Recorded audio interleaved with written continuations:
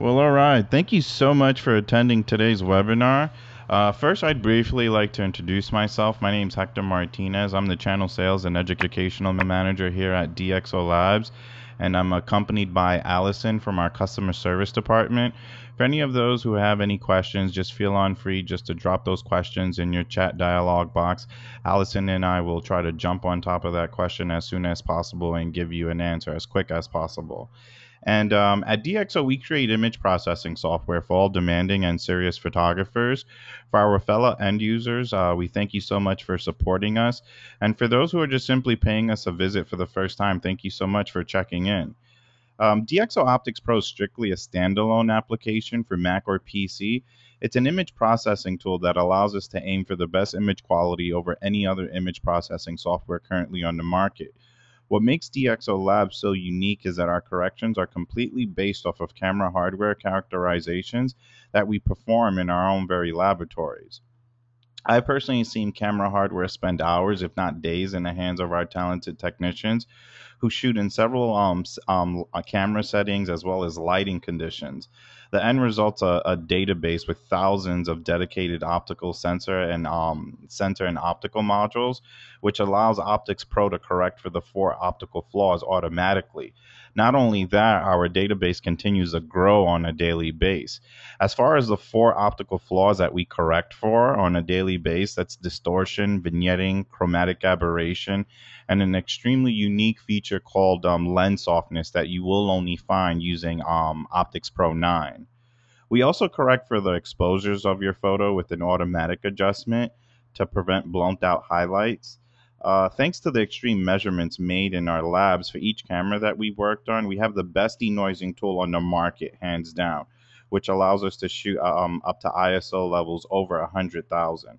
We also offer an very unique automatic correction for contrast and shadows, which is kind of like the equivalent of using a fill-in flash per se.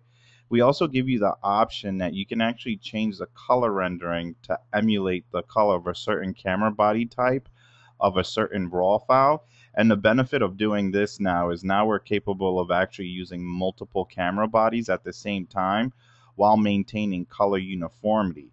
This is like a major perk for anyone who's shooting weddings, events using multiple camera bodies. Now they can just sync them all to the same color uniformity, and you won't know what file came out of what camera. And the beauty is that we're giving you a laboratory standard with the availability to fine tune at your own discretion. We also provide for other things such as like perspective control features, which allows you to fix slanted buildings, tilted horizons. We also implemented some of our geometric correction features for distortions and things of that nature. But what we're primarily going to be going over today is what's new in Optics Pro and what's been improved. And some of the things that we're going to be discussing today is the DxO Smart Lighting tool, our Selective Tone tool, our noise correction tool, some of the creative presets that we've implemented into Optics Pro 9, and as well as our distortion and chromatic aberration feature. So that being said, we're actually just going to launch DxO Optics Pro 9, and I'm going to actually go down to my lower dock station where I actually have it parked, and we're just going to launch Optics Pro 9. So currently right now you can clearly see that I'm in my organized tab, and one major improvement that we've done in our design was for all those using Optics Pro 8 coming into Optics Pro 9. For Optics Pro 8 users, you were really used to seeing these three tabs up here, which was your organize, your customize, and your process tab. For Optics Pro 9, we've completely gotten rid of the process tab, and now the process feature can be located towards the lower right hand side of the screen under a blue tab called Export to Application. So currently right now I just so happen to be in my main organized tab, which allows me to tap into my main directory.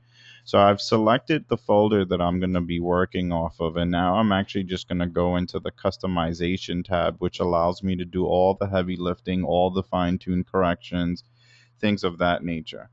So the very first thing that we're going to be talking about is our DxO Smart Lighting tool. So the very first thing we're going to do is let's pull an image for the demonstration. I'm going to go with this image right here for the DxO Smart Lighting tool. Okay. And the DxO Smart Lighting tool can actually be located under the Essential Tools. So here you have the Essential Tools, and right here you have the DxO Smart Lighting tool. The DxO Smart Lighting tool corrects for the light and contrast of any image, allowing us as end users to keep control of the image, which helps us recover details in the highlights and the shadow areas, which you'll only find using Optics Pro 9. No other application currently on the market has this type of feature. And this is our exclusive patented tool. So here you can clearly see that the image is underexposed by maybe 2 or 3 stops. You can clearly see if you look in the EXIF editor that this was shot with a 5D Mark III and a 16-35 2.8 millimeter lens. So I'm going to open up the image display window so we actually have like a really nice big visual. And what we're going to do right now is we're actually just going to go into the DxO Smart Lighting tool. We're going to grab that intensity slider and we're gradually just going to turn on the lights. As you can see, the tool is so completely linear and non-destructive. It's not getting pixelated. It's not getting noisy. It literally is just recovering the image. And let's just give you a quick before and after. Here's what I captured. And here's what we fixed. Here's what we've captured. And here's what we fixed. Let's get into another demonstration for the DxO Smart Lighting tool. Let's get into another one. This is a good one. Okay. Okay, so something that's completely being backlit in a situation like this, we can easily recover it now just by utilizing the DxO Smart Lighting tool. And this is just to give you another demonstration of how strong the tool is. I'm literally just going to grab the intensity slider. You also have your choice from the preset drop-down menu box to choose some of our presets, but usually I like to work out of a manual mode, so I'm just fiddling around with the intensity slider at this point.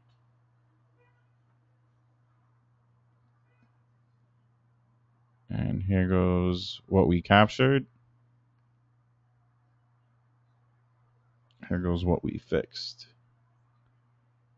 What we captured and what we fixed. Okay, so another tool that really stood out to me was by far the Selective Tone tool. The Selective Tone tool can actually also be located under the Essential Tools. So we're just going to go down to Selective Tone, and we're just going to open up the palette. And before we actually get into our demonstration, we're just going to discuss the Selective Tone tool. So let's pick our first image.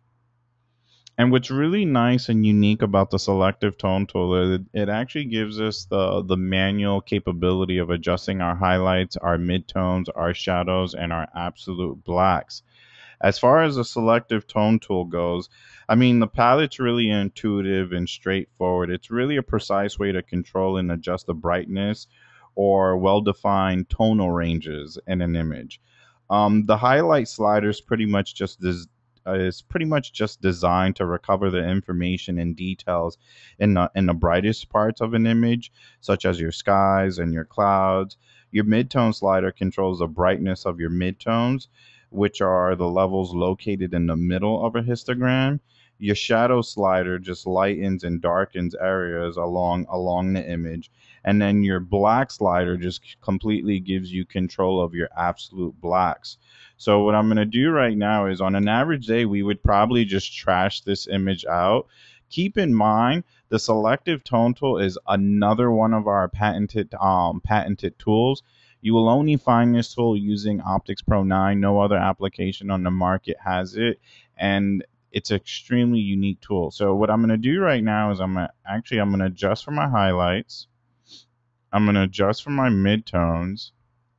Keep your main focus attention along the shadows right now. I assure you, I'm about to show you something you've never seen before. So what we're going to do right now is we're actually just going to grab the shadow slider and we're just going to open up those shadows. What I'm going to do right now is we're actually just going to go into the blacks and we're just going to drop down 3 points.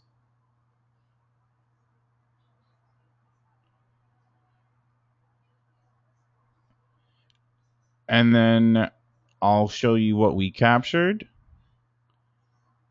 what we fixed, what we captured, and what we fixed. And just to give you a dual image display mode, the dual image display mode can actually be located on your upper toolbar. If you simply just click on dual image mode, you'll clearly see a before and after image, and then I'll let you clearly decide for yourself what would you rather use as a background layer in like Photoshop, Lightroom, Aperture, Elements. I mean, the main objective of DxO Optics Pro is to fix what's broken between the combination of the lens and a sensor, and then from that point you can send the image to any host application on the market of your choice. So let's just get into another quick demonstration of the selective tone tool. So let's go here. So we have, your average image. So what we're going to do right now is we're actually just going to adjust the highlights. We're going to adjust the midtones. Open up the shadows a bit. Drop down on the blacks. Here goes what we captured. Here goes what we fixed. What we captured and what we fixed. We can even open up the shadows a little bit more if we wanted to, actually. Let's go there. What we captured, what we fixed. There goes your before and after. Dual image display mode. This is what we captured and what we fixed. Food for thought tip of the day. You can actually also work out of a dual image display mode where you can actually see your as shot. And as you're making all your correction in Optics Pro in real time, you can actually see all your corrections being taken place on your right hand side. Some people like working like that. For me, I find it to be a bit distracting. There's just way too much going on all at the same time. So I'm all about just simply just working off of one singular image at a time, and then just using my compare button just to review the before and after differences. So there goes your quick demonstration on the selective tone tool.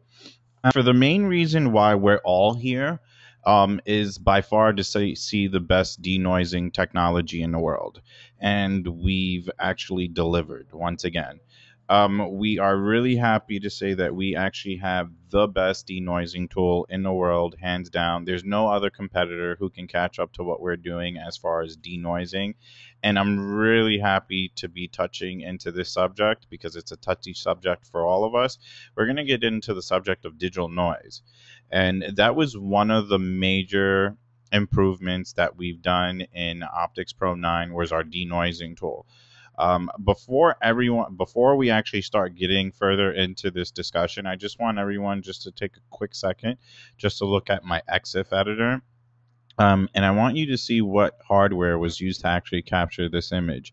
This was actually captured with the Nikon D3S, shot at 70 to 200, wide open at 2.8, out of native state of 51,200 ISO. So what we're going to do right now is we're actually just going to zoom into a 1:1 ratio. And I just want everyone really just to take a second out, just really to absorb this really unattractive image. And I apologize ahead of time because I do know it's a hot mess. There's a tremendous amount of digital noise. If you clearly look on the race car tire, you can clearly see that there's red and blue dots. Those red and blue dots are indicating that the foveons on the sensor are not reacting to light. And the concrete does not look like concrete. I mean, the concrete is just a mess. So there goes one image that I want you to look at. And then the second image that I want you to look at is another one for noise example, because I like giving just more than one example. And we're just going to focus on this couple right here, which is another big problem. We can clearly see that there's a tremendous amount of digital noise. You can clearly see it in this lovely lady's blonde hair. You can see it in this gentleman's hair here.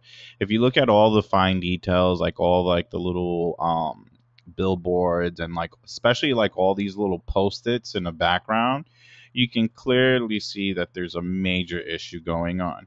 So what I'm going to do right now is we're actually just going to denoise both of these images at the same exact time in the forms of like a batch.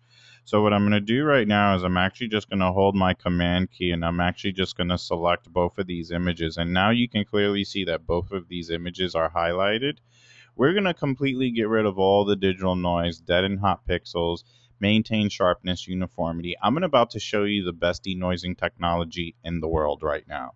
I mean, literally, if you had seat belts to your seats right now, I would strongly suggest to buckle up because this is definitely going to take you for a ride.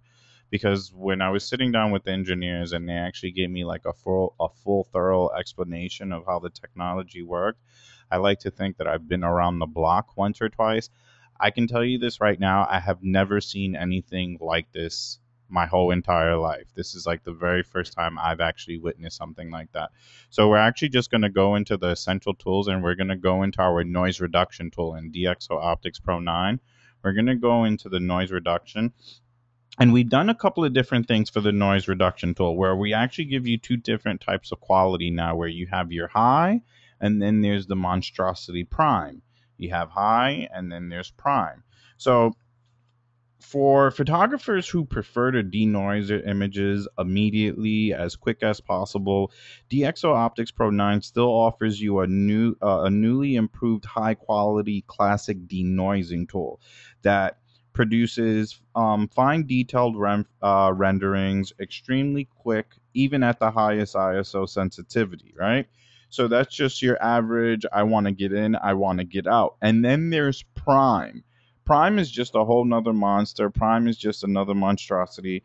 I mean, thanks to Prime, which, if I'm not mistaken, Prime is abbreviated for probabilistic raw image enhancement. What makes Prime so unique, unlike any other denoising tool in the world, Prime is actually analyzing the structure of the raw image in depth in order to tell the difference between actual digital noise and fine detail. So Prime is the only feature in the world that's actually capable of telling out the complete difference between digital noise and detail.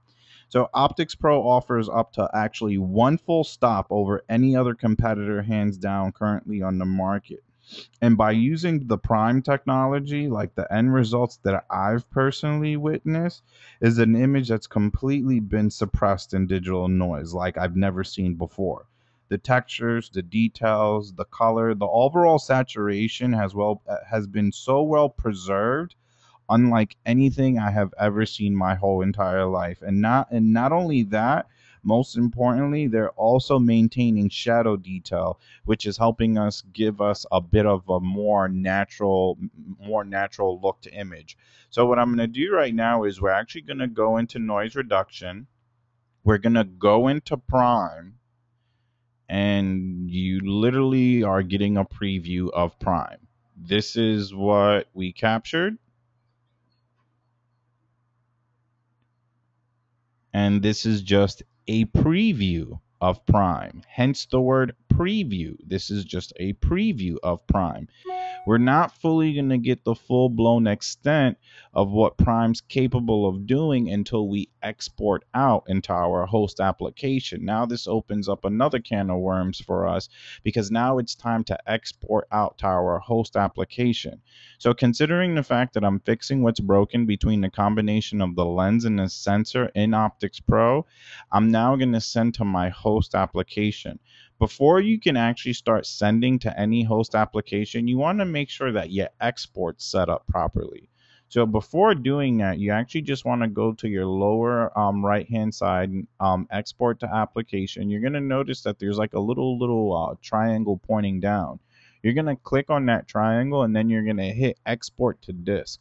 If you're shooting raw, which mass majority of us are shooting raw, you want to shoot raw all day, every day, and then you want to process out as a 16-bit non-compressed TIFF all day, every day.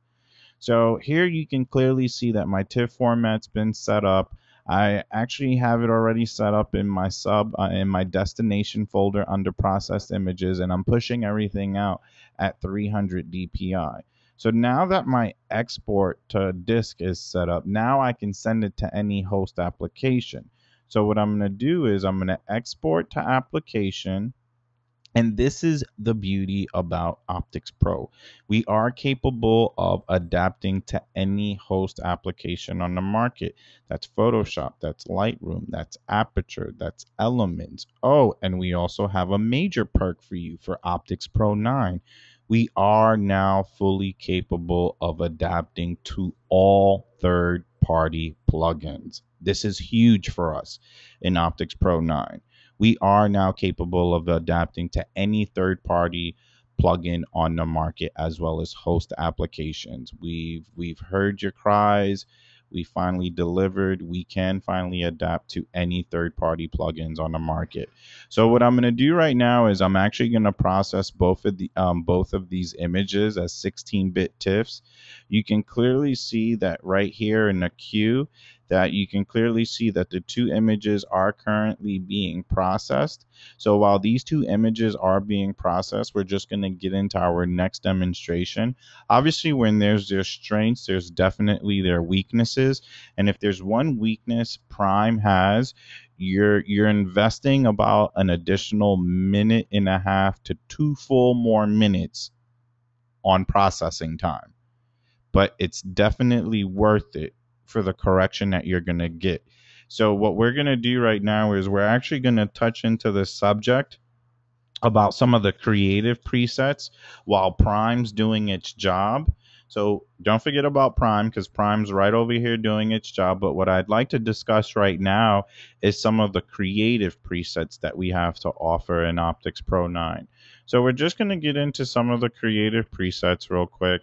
And we're just going to talk about some of the creative presets that we have to offer in Optics Pro 9's library of presets. They've been completely redesigned. I mean, you can easily locate your presets on your upper right hand side by simply just going to apply presets, and you can see like all the general menus that we have to offer. We have your portraits, your landscapes, your black and whites, your single shot HDRs. I mean, the new DxO presets respond to different situations that photographers might run into frequently, and the supplemented like atmosphere presets are really nice, are really nice addition to the new creative renders that we have to offer. And I would have to admit, something that I thought was really accommodating was the new visual preset windows. It makes it by far so much more easier for you to choose which preset to apply to an image, because they're giving you such a humongous preview now that you can easily identify what type of preset you want to apply just by looking at like the really big preview thumbnail sizes. I thought this was like really accommodating. So there goes some of your like your general presets. Here goes some of your portraits and landscape presets that we have to offer. I would have to admit I'm probably like a fan of the high key, so I'll select that one so we can see what that looks like towards the end. For the black and whites, keep in mind these are not full-blown emulations of traditional black and white film looks. These are mimic simulated looks. If you're looking for true traditional analog film types, there's only one application that you want to use by us, and that's DxO Film Pack. But as far as the black and white presets that you see in Optics Pro, these are not full-blown emulations of black and whites. These are not based off of our 4 renders that we do for Film Pack. These are just mimic or simulated black and white looks that we just implemented just for that whole creative part of the rendering. Here goes some of your atmospheres. And I would have to admit, like, these really big, large preview thumbnails are really accommodating. I like that a lot. Your high dynamic range. But we're just going to go into the portrait and landscape. We're going to select the high key, and then your high key gets implemented to the image. Here goes your high key. Here goes your before. Here goes your after. Here goes your before. Here goes your after. So there goes some of like the creative presets that you can find now in Optics Pro 9. And we're going to get into the touchy subject of distortion now. let's get into distortion. But before we can do that, let's look up another image. Which image are we going to use? Okay, this is a good one. So we're just going to go into the customization tab.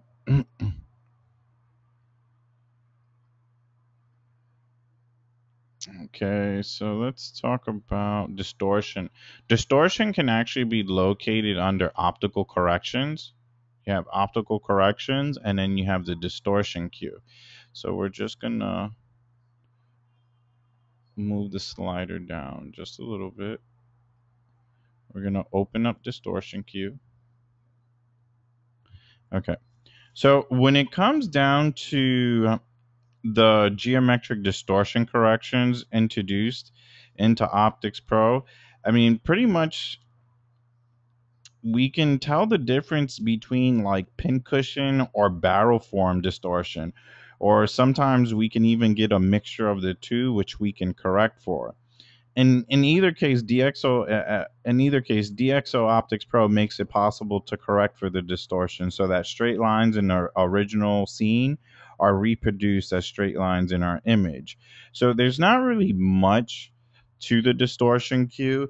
I mean, the distortion correction has just one slider. You have your intensity that controls the degree of the correction with a range from 0 to 100, and then you have the default setting, which is always at 100%.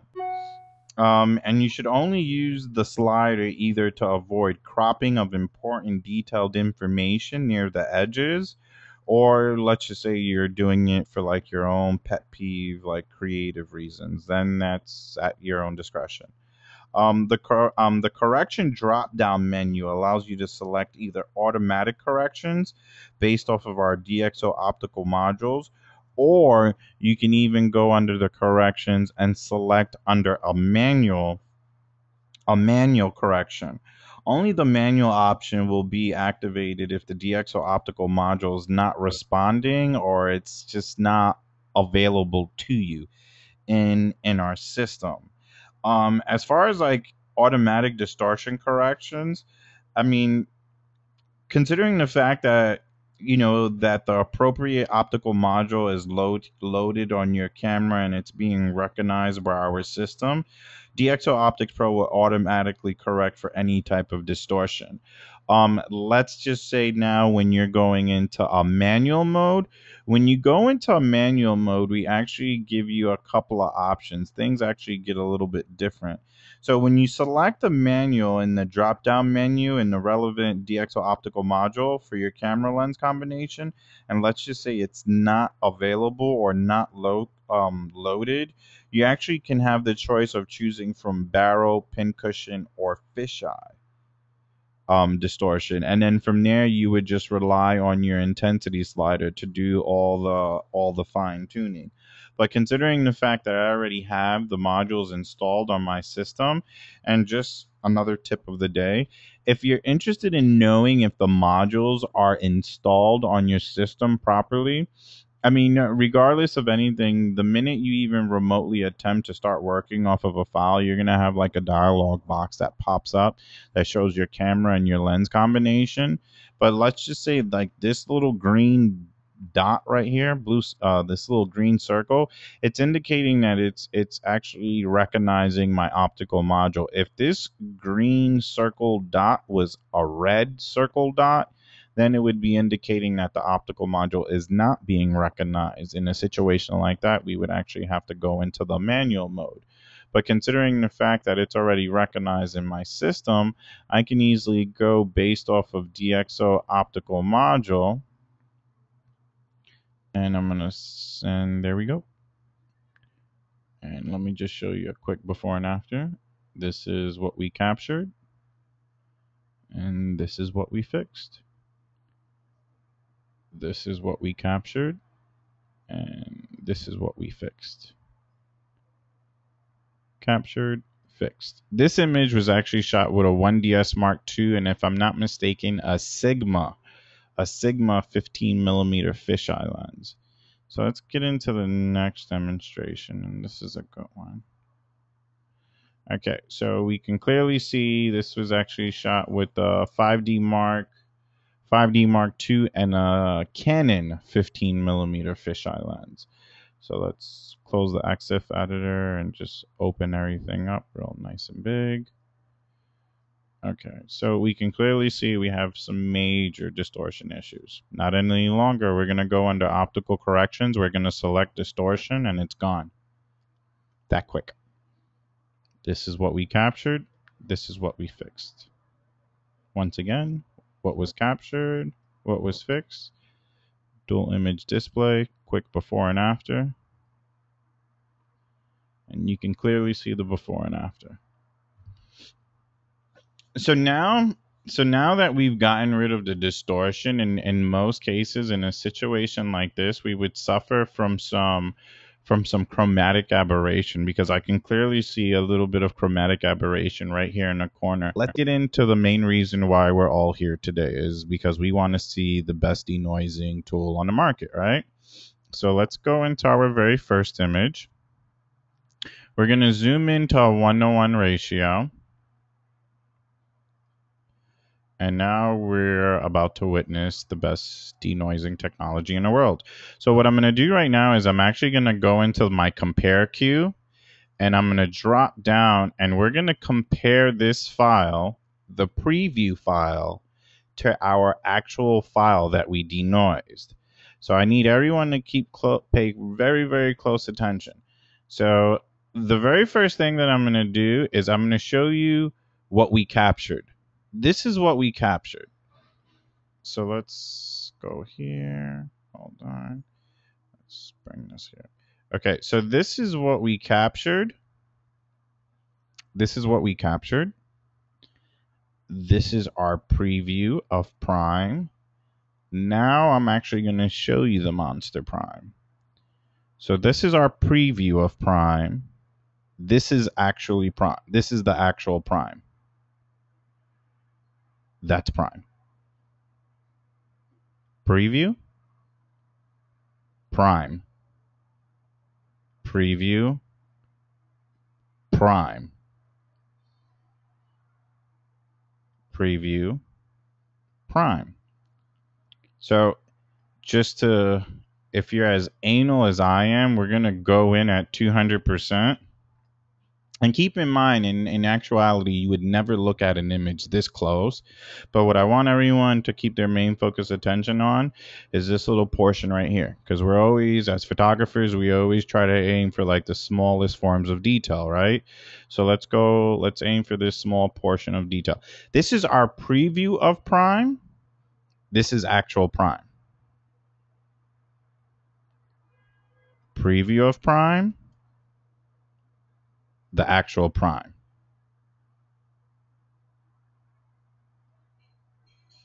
Like, I've never seen denoising technology like this my whole entire life. Also, keep your main focus attention. Like, not only have we maintained to get rid of all the digital noise, all the dead and hot pixels, but most importantly, we're actually maintaining the sharpness uniformity in the image, which is extremely important. Let's actually go into that other image of the couple. So let's go into the couple image now. And let's get a nice little sweet spot. Okay, so this is a pretty good sweet spot. We can see that the preview of Prime has actually done a fairly good job. Keep in mind, this is just a preview. Keep your main focus attention on the blonde lady's hair right now and this gentleman. We're just going to go into the Prime preview. So we're going to select our processed image. And this is a preview of Prime.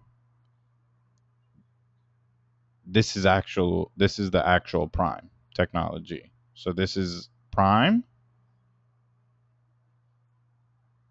There goes a preview.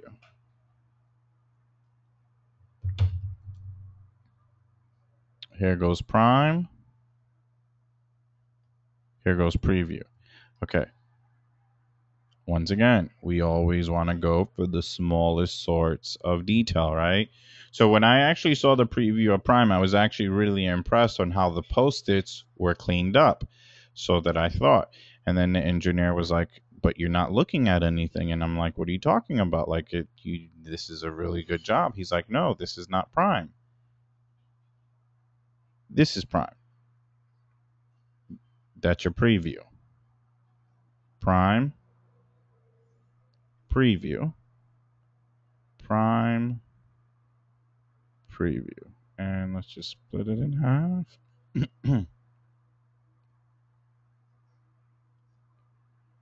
So there goes prime and preview. So for those photographers who are shooting in really low light situations, or for anyone who's even moaning about what 1200, 800 ISO, 3200 ISO looks like, by utilizing Prime, you will have a file that's so clean and so suppressed of digital noise. I assure you, you can literally eat off the file. At the end of the day, the file is going to be so clean. And now, considering the fact that we can adapt to any third-party plugin on the market, it just makes things so much more interesting. So we're actually just gonna take off where we left off, and we were actually getting into the discussion of chromatic aberration. And chromatic aberration is actually a feature that can be corrected for under optical corrections. So we're actually just going to go all the way down under optical corrections, and we're going to select chromatic aberration. We're just going to drop down the menu, and we're actually just going to touch up on the topic real quick. But I just want to point out to everyone's attention that if you're looking at the edge of this threshold of the door, you can clearly see that there's some really nasty chromatic aberration. It's kind of like that purplish, reddish color. So that's a really nasty fringe that we want to get rid of. But what's so unique about our chromatic aberration is that the chromatic aberration results, the end results are from different colors focusing at slightly different places. That's what leads to chromatic aberration. And the lead effect, which can easily be seen along the edges between like two contrasty areas, such as the threshold and the window of that door. So that's why we get like these really weird, like green, red, or my all-time favorite, that purple hue. So the lateral chromatic aberration is automatically corrected only if the right optical module is installed on your machine. In this case, no further manual action is necessary. You could just rely on our DOM optical module and we'll correct for it. For those who are not familiar with our DOMs, when I say DOMs, I'm referring to our DxO optical modules. As far as our optical modules go, you can go to DxO optical modules, you can go to manage DxO optical modules, and this is what we're known for. We're known to have the largest database in the world when it comes to optical modules. I mean, we go as far as even creating optical modules for like Apple iPhones, GoPro Heroes, Samsung Galaxy phones, and for different various types of hardware. But that's what we're really known for. We have the largest database in the world when it comes to dedicated optical modules. There's nothing generic about what we're doing here in Optics Pro. This is what makes this application so unique. This is the very first time that you'll actually come encounter with image processing software that's completely tailored to your hardware. The software was made for your camera. So when it comes to like the lateral chromatic aberration, which usually is like magenta, green fringing along edges, like I said, this is automatically corrected for only if the appropriate optical module is installed on the machine. And in this case, no further manual actions are necessary. You can correct for other types of chromatic aberration, whether if they're longitudinal or other, using the two sliders in the representative section of the palette when it comes to chromatic aberration. So we actually have two other sliders, which is your intensity and your size. So your intensity is just going to set the strength of the correction, which ranges from like 0 to 200. And then your size adjusts the width and the color fringe to be suppressed within a range from 0 to 12. So the settings affect how DxO Optics Pro determines what is chromatic aberration that needs to be corrected, and what is I guess what does the image consist of when it comes to actual image content. And then you could check your purple fringing, because we offer a dedicated purple fringing button just to get rid of purple fringing. Or let's just say if you have a lens that's known for purple fringing, then it's just a good time to use it. So obviously we can clearly see that there's a fringing right along this threshold of the door. So what we're going to do is we're going to select chromatic aberration, lateral chromatic aberration, purple fringing, and it's gone. There goes. Here, let me just show you real quick. Let's go back. So keep your main focus attention here. We can clearly see that there's no chromatic aberration. Chromatic aberration. No chromatic aberration. Chromatic aberration again. And no chromatic aberration. So on that note, I would have to admit what really stood out to me the most was by far the DxO Smart Lighting tool. I mean, the Prime Denoising tool just for better global image quality is just a must-have. And the Selective Tone tool is just a really strong tool to have in any digital darkroom. It gives you by far so much more room for fine tuning. It's just a really convenient tool to work with. As far as like the improvements that we've done some major improvements on Optics Pro 9 as far as like what type of displays we can adapt to. The interface, obviously, as you can clearly see, has been completely redesigned, where we moved the process button in Optics Pro 8, and now the export to application is kind of your forms of processing out. So it's located on your lower right hand side. We've done some major improvements on like the cache performance of thumbnails, which just make them a lot easier to choose and choose your corrections, and your previews are by far a lot bigger now. We've also designed a better organized workspace that actually works for you and not against you. That's one thing I would have to admit I love about this application. It doesn't take you like 4 or 5 textbooks, 6 or 7 DVDs, or countless hours on YouTube trying to figure out how to use this stuff. I mean, considering the fact that we're giving you that laboratory standard with the availability to fine tune at your own discretion, it just makes it by far so much more unique. Another major thing, call this tip of the day, food for thought, call it what you want. Just by working out of your essential tools and your light and color advanced palette is going to accommodate 90% of your workflow. And if you don't believe me, I'll give you a quick demonstration in like under 3 minutes of how these two individual palettes will accommodate 90% of your workflow.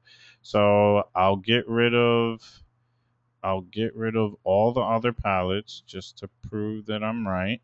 So let's get rid of detail. Let's get rid of optical corrections. Let's get rid of film pack. Essential tools, light and color advanced palette. We have one image. These two palettes are going to accommodate 90% of my workflow. So I'm actually just going to move a little quick because we don't have too much time for this.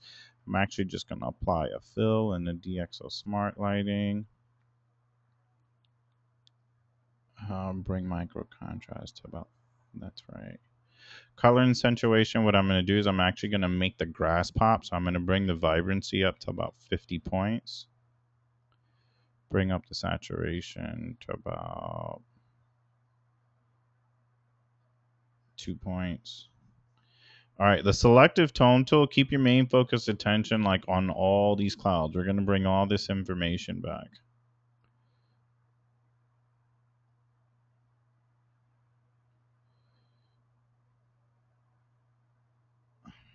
Okay. I mean, there's really no need to apply noise, but we'll apply it just for kicks. Style toning.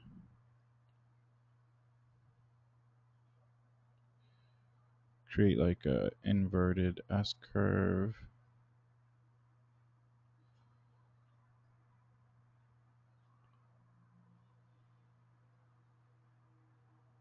Okay, that's 2 palettes, 90% of my workflow. This is where we started. And this is where I went, just working out of 2 palettes. That's 90% of your workflow. Keep in mind, if I had all other available palettes to use at my own discretion, I would by far bring this image out so much more. But just look at the before and after difference, and you can see for yourself that DxO Optics Pro has earned its right as the world's leading raw converter on the market. I mean, we're just capable of doing things. Unfortunately, it would take our competitors over 10 years to catch up to what we're doing in our laboratories. As far as your output settings, I mean, we have better EXIF management, image resampling, and now that you can print out of Optics Pro, I mean, we also maintain the sharpness for output for printing, which is really important.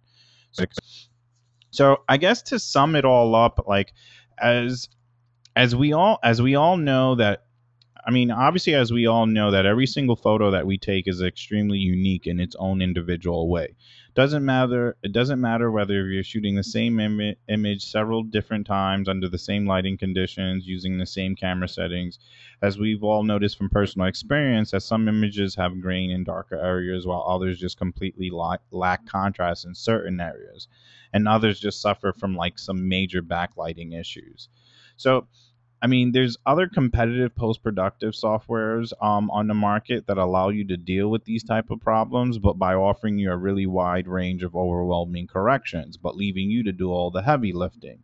So to sum it up, like I said, what we're doing here is we're just completely giving you a laboratory standard with the availability to fine tune at your own discretion. I might see one thing one way, you might see it another, but that's the beauty of fine tuning. Just fine tune it to your likings, to your until you accommodate. And what we're doing in Optics Pro 9 is that we're allowing you to spend more time behind your camera and less time behind your computer in post production, because at the end of the day, let's be realistic, that's where we all want to be at. We want to spend more time behind our cameras and less time behind our computers. And if that's one way that you want to go, I mean, this is the route that you're going to have to take. I mean, you don't have to spend countless hours on YouTube or purchase a tremendous amount of DVDs or textbooks to learn how to use this application. The application in reality works for you and not against you. So, on that note, I'd really like to thank everyone for taking time out to attend today's webinar. And for my fellow end users, I mean, thank you so much for supporting us.